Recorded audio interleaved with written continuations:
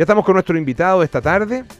Él es sociólogo, analista político, fue candidato presidencial en representación del Frente Amplio, precandidato en realidad en representación del Frente Amplio, muy conocido por todos ustedes en el mundo del análisis de la política, también en el mundo de la lucha política propiamente tal. Estamos con Alberto Mayol esta tarde. ¿Cómo estás, Alberto? ¿Cómo estás? Muy bien, bienvenido. Muchas gracias. Uy, y para hablar, bueno, vamos a hablar también poco, obviamente, pero la idea es inevitable, exactamente. La idea es hablar acerca de este debut tuyo en la ópera, que en realidad es un debut más o menos a media, porque ya tenías experiencias anteriores como guionista. Libretista, libretista es lo correcto, ¿no es cierto? Claro. Libretista es lo correcto, sí. de El Cristo de Elqui, sí. Que es una adaptación de varias cosas, ¿no es cierto? El Cristo de Elqui, pero también de la obra de Hernán Rivera Letelier. Claro, de dos libros en particular, pero igual ocupamos varios elementos de su visión del norte, además, que de otras obras, pero en general del El arte de la resurrección, que es sobre el Cristo de Elqui, un gran libro de Hernán Rivera, y de La reina Isabel cantada rancheras, que bueno, que ya es un clásico mundial. ¿Por qué te interesaste porque hay gente que tiene inquietudes creativas y se va por un millón, puede dibujar, puede pintar, puede escribir poesía, puede escribir novela, etcétera, etcétera, pero ópera es bastante más infrecuente? ¿Por qué te fuiste por ese lado? ¿Por qué a ver, a mí me gusta escribir. La atracción por la ópera. A mí me gusta escribir y me gusta mucho la ópera, pero lo que más me gusta es escribir. Entonces, y escribo de todo un poco. He trabajado varias veces en escrituras de distinto tipo de estilo. He sido escritor fantasma, o sea, hay varios libros que... ¿Escritor fantasma de novela o de...? De todo un poco, he hecho de todo.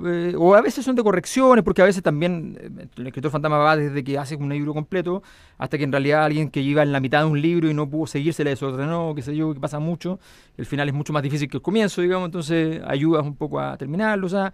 diversas asesorías en escritura, digamos, y siempre me fijo cómo se escribe todo. Yo cuando iba a la ópera, que siempre iba en mi época que era funcionario bancario, tenía plata para ir, entonces tenía el abono completo y qué sé yo, iba y siempre me fijaba en los libretos y decía que entretenidos son los libretos y trataba de entenderlos porque son particulares, no son muy normales. Entonces trataba de pensar cómo se hacía un libreto y siempre tuve esa inquietud. Hasta que nos pusimos a trabajar, de hecho, juntos con Miguel Farías, que es el compositor, pero con él partimos haciendo investigaciones. O sea, él se sumó a mi equipo de investigaciones en la Universidad de Santiago, empezamos a hacer distintos tipos de investigaciones y de repente surgió que él necesitaba un encargo para Europa, para una pieza de ópera chiquitita. Entonces yo le di una idea, le gustó la idea, me dijo, sabes que en realidad yo no puedo escribir esa idea, escríbela tú. Se la escribí y empezamos a trabajar juntos. Esto debe haber sido hace 5 o 6 años. Y de repente empezaron a aparecer varios proyectos. Tuvimos un trabajo creativo conjunto muy, muy potente. Y de repente aparece esta idea que en principio era de hacer algo con la narrativa de Rivera Letelier, una idea de Miguel. Y empezamos a trabajar, empezamos a ver qué textos, qué sé yo. Y en principio era hacerlo un poquito del Cristo de Elqui y otro poco de la reina Isabel, pero con los dos personajes como protagonistas relevantes. Y la verdad es que cuando me puse a trabajar ya más autónomamente, el Cristo empezó a tomar un peso mayor. Yo además soy muy lector de la Biblia, o sea, soy de lectura prácticamente diaria. ¿En serio? Sí, claro. Entonces me la sé bastante, Entonces no me costaba nada tampoco el código de imaginarme un Cristo en el norte de Chile, digamos, como dicen en la obra, digamos, en una tierra ni siquiera prometida, digamos, que aparece, digamos, y empieza a profetizar, a ser un Mesías en una tierra donde a nadie le importa mucho realmente lo que pasa. Entonces, ese personaje fantasmagórico, que además era real, porque el señor Domingo Zárate existió, y el año 31, 10.000 personas en la estación Mapocho fueron a recibir a Cristo.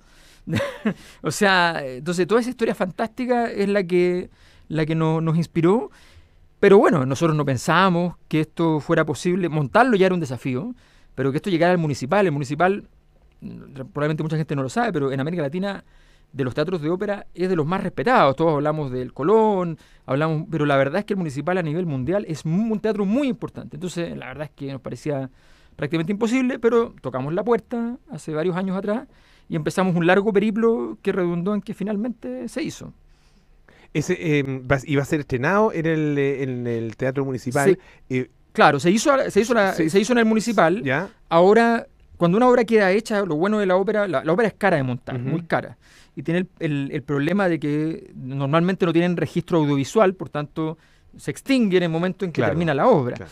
En el caso nuestro, felizmente, en todo caso, el penúltimo día se hizo un registro y se transmitió por streaming con muchísimo éxito, y además va a estar disponible pronto en una plataforma a nivel mundial, en la versión gratuita de esa plataforma, así que va a tener una difusión bastante más grande. Pero en general tiene ese rasgo. Pero cuando ya está hecha, la ventaja entonces que si tú la quieres montar de nuevo, prácticamente lo único que tienes que preocuparte, bueno, es obviamente de lograr que todas las cosas queden montadas y qué sé yo, y los cantantes, todo eso, pero lo más, eso es un tremendo paso para que efectivamente pueda ahora itinerar, andar por Chile y ojalá por fuera del país también. Alberto, estamos conversando con Alberto Mayol. ¿Cómo se conjugan en ti estos intereses? Porque, claro, está tu interés y tu inserción en el mundo de la política y en el mundo del análisis político y análisis de la actualidad y de nuestra sociedad, es mucho más que la actualidad. Y eso combinado con esto otro, ¿qué es lo que los conecta? A ver, yo creo que en primer lugar creo que hay una familiaridad enorme entre las distintas versiones del desarrollo de la cultura, y que uno de repente con la especialización burocratizada uno se olvida de esas cosas. O sea, mira, te pongo un ejemplo. En la física teórica, ¿ya?, hay un concepto que se usa, que es una metodología de trabajo, que se llama las narrativas consistentes. Las narrativas consistentes significa una cosa muy sencilla, y es que el tipo que trabaja a nivel cosmológico tiene 4 datos, donde debería tener 200.000. Lo demás tiene que imaginárselo. Lo mismo que el tipo que hace teorías paleontológicas sobre los dinosaurios. Tiene un espécimen. La mayor parte de los dinosaurios que nosotros vemos clasificados es uno, el que lograron armar. Claro. ¿Ya? Y a partir de veces ni siquiera completo. Y a veces hay que sacar toda una conclusión de si la sangre es caliente, tibia o fría, toda clase de cosas.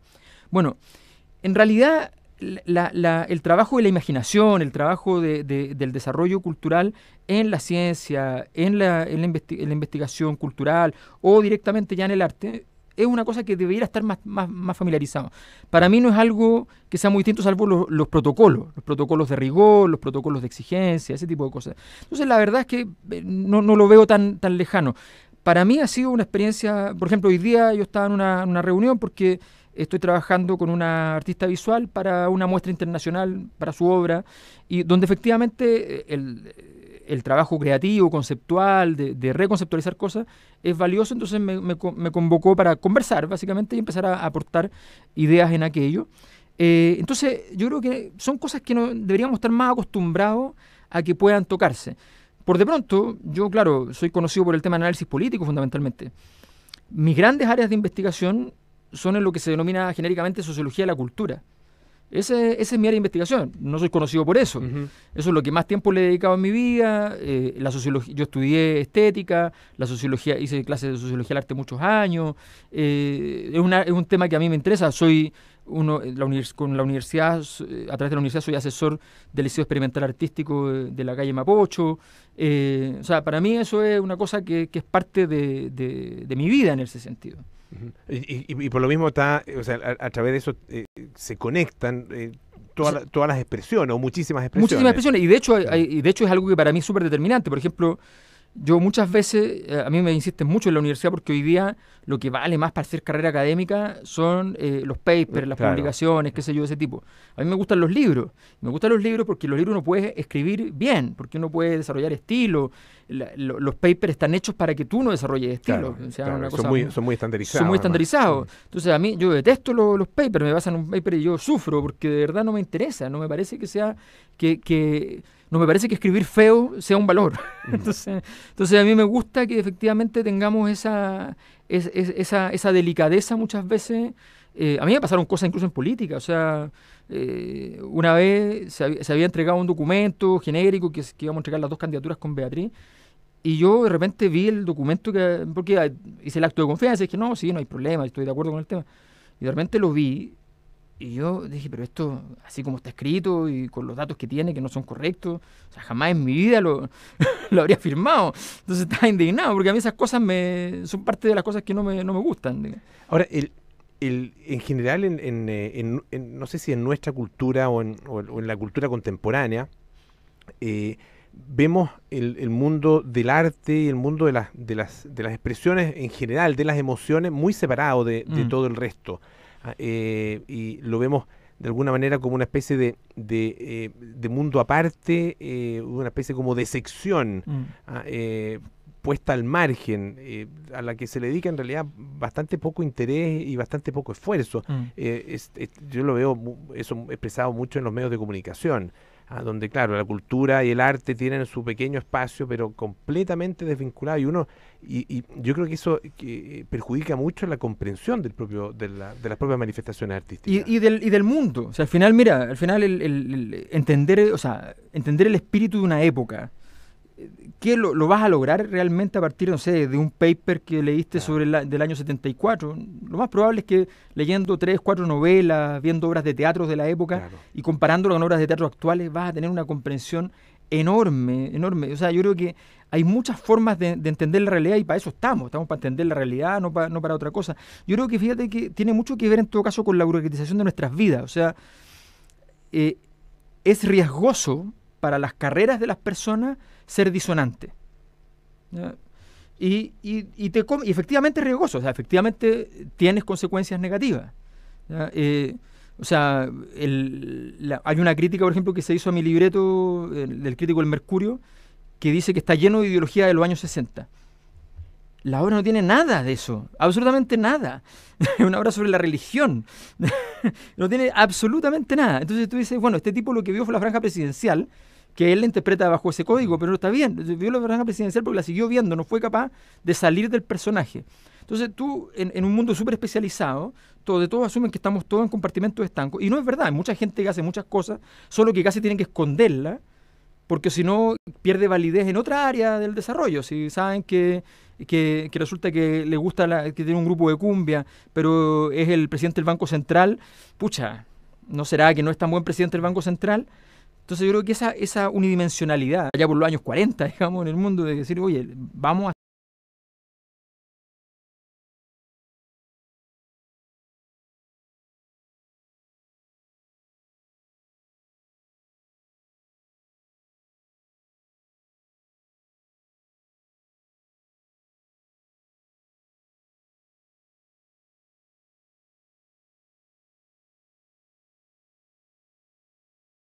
compositor, Miguel Faría, yo tenía un equipo de 8 personas, de los cuales 2 eran artistas, un artista visual y el compositor. Y esos artistas se les capacitaba también en otras áreas, no era para que trabajaran solo temas culturales. Ellos aprendieron a hacer etnografía, la artista visual viajó a hacer etnografías en distintas partes de Chile, ¿ya? O sea, y aprovechamos, y a los antropólogos que no les enseñan mucho estadística, nosotros les enseñábamos estadística en el centro y los metíamos a estadística, y viceversa, a los sociólogos que no sabían hacer etnografía, los mandábamos y les enseñábamos a hacerlo. O sea, creo que todos esos procesos nos ayudan mucho, y muchas veces decimos, oye, qué fantástico lo que hacen en no sé dónde, y son cosas más o menos sencillas, que es tomar un riesgo. A veces funciona mal. Claro, naturalmente cuando haces algo que es un poquito menos estándar, a veces funciona mal, pero la mayor parte de las veces, sencillamente, es como salir jugando en el fútbol, ahora que hay mundial. Cuando sale mal es horrible, te hacen un gol espantoso y todos te critican. Claro, pero cuando sale bien... Pero cuando sale bien, pasa la historia. Y el equipo pasa a ser relevante. Pero una vez que te equivoques, bueno, no pasa nada. Alberto, estamos conversando con el sociólogo Alberto Mayol a propósito de la ópera El Cristo de Elqui. Mencionabas el tema de la religión. ¿En qué sentido te interesa el fenómeno religioso? Bueno, yo soy un fanático de las religiones. O sea, dentro de mi tema del estudio de las culturas, qué sé yo, a mí me fascina el tema religioso. Pero no eres hombre de fe, como se dice. No, pero yo creo que o sea, cuando uno vive en un país católico, uno es católico aunque no profese la fe. Las culturas son mucho más densas y uno tiene esos criterios. O sea, si uno mira, nosotros entendemos El Padrino, lo entendemos, lo sentimos, porque es una obra como narrativa o como película que efectivamente tiene que ver con el catolicismo. En el catolicismo es posible eso, ¿ya? Y esas cosas no son posibles en el metodismo. Entonces, nosotros las sentimos, a otros les puede parecer llamativo, ¿no? En otras culturas. Entonces, creo que nosotros tenemos esa raigambre, pero me interesan todas. A mí me parece formidable, por ejemplo, el Vaticano. Una cosa que me interesa muchísimo. Sé bastante del Vaticano, bastante más de lo normal para los intereses pero me gusta, me interesa, me parece formidable su forma de hacer política, pero me interesan también las religiones, o sea, investigar lo que significaron las religiones orientales en su momento. Entonces, a mí me gusta mucho el tema religioso, porque además los grandes sociólogos dicen, mira, los líderes religiosos, los líderes intelectuales, los líderes políticos, son la misma cosa. O sea, simplemente son lo mismo. Son escuelas, podríamos decir, hay un tipo que dice, son todas escuelas filosóficas. Y me parece que la perspectiva que le dan las religiones al mundo es una perspectiva muy, muy potente, muy interesante. Oye, finalmente el Cristo de Elqui entonces ya tuvo tuvo las 5 funciones de la temporada. Su temporada, pero tú decías va a estar disponible a través de streaming, o sea, a través de... Claro, va a haber una plataforma, vamos a comunicarla en el momento porque estamos esperando que esté disponible para poder comunicarlo, y va a estar por una plataforma a nivel internacional, que es una especie de Netflix de la música clásica, y que además es muy recomendable para tenerla, de todas maneras. Y además estamos ahora empezando el proceso de conversaciones. Ya hemos tenido, por mi lado, me han llegado varias consultas que yo tengo que derivarlas ahora al teatro, porque el teatro es el que es propietario de la obra, digamos, de las visitas a distintos lugares de Chile, y también a la posibilidad de salir fuera de Chile. Ahora esto se planifica con tiempo, o sea, estas cosas... Nosotros este proyecto lo partimos hace 4 años, y eso es una ópera hecha bastante rápido. Normalmente es más. Alberto, muchísimas gracias por estar esta tarde con nosotros. Bueno, muchas gracias. Muy bien. Alberto Mayol, a propósito de la ópera El Cristo de Elqui, ya vamos a contarles entonces cuando esté absolutamente disponible para que la puedan volver a ver. Escuchemos un poco de música. Esta es Sade con Smooth Operator. No he cachado, pero ¿cuándo fue la temporada?